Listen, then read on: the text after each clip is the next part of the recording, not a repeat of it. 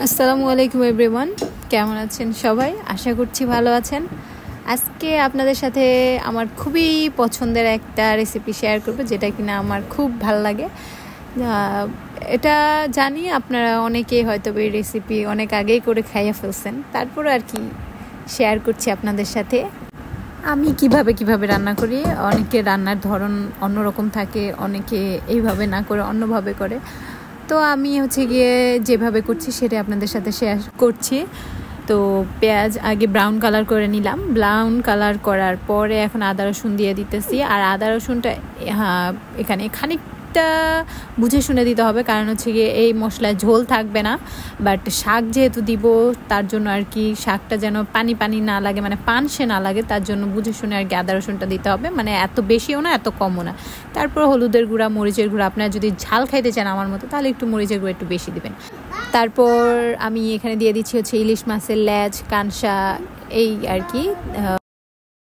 তো এটা দিয়ে ভালোভাবে কষাইতে হবে। কষানো হয়ে গেলে তারপর গিয়ে আমি আলু কাইটে নিছি, মানে অত বড়ও না অত পাতলাও না অত মোটাও না, মিডিয়াম সাইজে। তারপর গিয়ে পুঁই শাকের যে ডাটা আছে সেটা আমি সুন্দরভাবে ছিলে ধুয়ে নিছি, সেটা দুটো একসাথে দিয়ে এখন এই দুটার মানে ভালো মতো কষাইতে হবে। যেহেতু আমরা জানি শাকটা কিন্তু তাড়াতাড়ি সিদ্ধ হয়ে যায়, এই জন্য আমি শাকটা পরে দিব।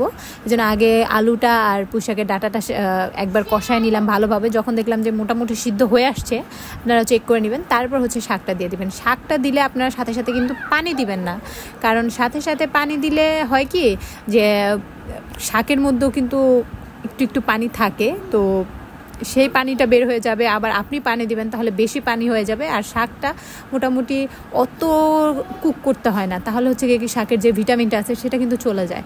তো আমি শাকের মধ্যে কোনো এইবার পানি দিলাম না, সুন্দরভাবে ওই শাকের পানি দিয়ে শাক থেকে যে পানিটা উঠছে সেটা দিয়ে ভালো মতো কষাই নিব। ভালোভাবে কষাইতে হবে। রান্নার মূল মন্ত্রই কিন্তু ভালোভাবে, যত সুন্দরভাবে আপনি তরকারিটা কষাইতে পারবেন আপনার তরকারিটা ততটাই মজা হবে। তারপর যখন আমি ভালোভাবে কষানো হয়ে গেছে তারপর পানি দিয়ে দিলাম। এটাই গিয়ে আমার শেষ ফিনিশিংয়ের পানি। দেখেন সেই পানিটা যখন শুকায় আসবে তখন ঝোলটা মানে খুবই গাঢ় গাঢ় হয়ে যাবে। তারপর গিয়ে আমি এখানে ঝোল একদমই রাখবো না, আমি এরকম ভিজা ভিজা থাকবে, একদম করকরা শক্ত হয়ে যাবে না, এরকম ভিজা ভিজা থাকবে। তাহলে এটা দিয়ে ভাত খেতে খুবই মজা। আমার এটা খুবই পছন্দের একটা রেসিপি, যদিও ইলিশ মাছে অনেক চুলখানি, বাট তারপর আমার এটা খুব পছন্দের। আপনাদের কাছে এই রেসিপিটা কেমন লাগে নিশ্চয়ই কমেন্ট করে জানাবেন।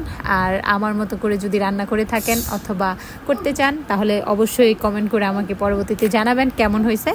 তো আজ এই পর্যন্তই, দেখা হবে নেক্সট ভিডিওতে।